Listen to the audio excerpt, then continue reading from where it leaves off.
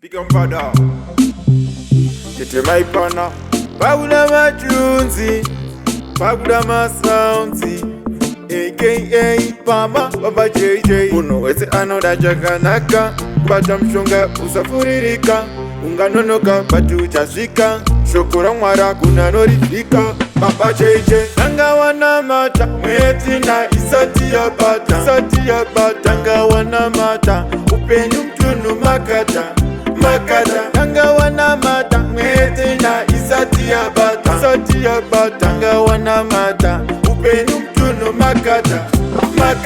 Waisa mnyengeteru, mlife mangu mwari ndoda budiriro, kuwa mingi wangu ndoda ziriro, jengete tawatika ni makariro, ndizaso tatsaini ndichiziva, chisi chako unzi usachiva, mirira ichakwa nanguva, misi chete pamwene masuva. Baba JJ Tangawanamata, mweti na isati ya bata, Tangawanamata, upenyu mtunu makata, Tangawanamata, mweti na isati ya bata, Tangawanamata, upenyu mtunu makata.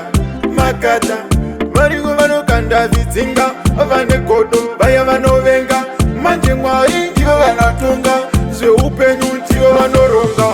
Ushonga au bati vasina ronda, shungu kundikanda kumarinda, vanorwatswa nebasa rinoshanda, manje ini anembosarenda. Baba JJ mweti na isati ya bata, Tangawanamata, upenyu mtunu makata, Tangawanamata, mweti na isati ya bata, Tangawanamata, upenyu mtunu makata. Waisa mnyengeteru, mlife mangu mwari ndoda budiriro, kuwa mingi wangu ndoda ziriro, jengete tawatika ni makariro, ndizaso tatsaini ndichiziva, chisi chako unzi usachiva, mirira ichakwa nanguva, misi chete pamwene masuva. Baba JJ Tangawanamata, mweti na isati ya bata, Tangawanamata, upenyu mtunu makata, Tangawanamata, mweti na isati ya bata, Tangawanamata, upenyu mtunu makata.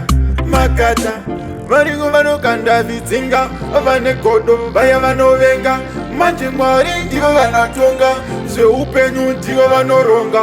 Ushonga au bati vasina ronda, shungu kundikanda kumarinda, vanorwatswa nebasa rinoshanda, manje ini anembosarenda.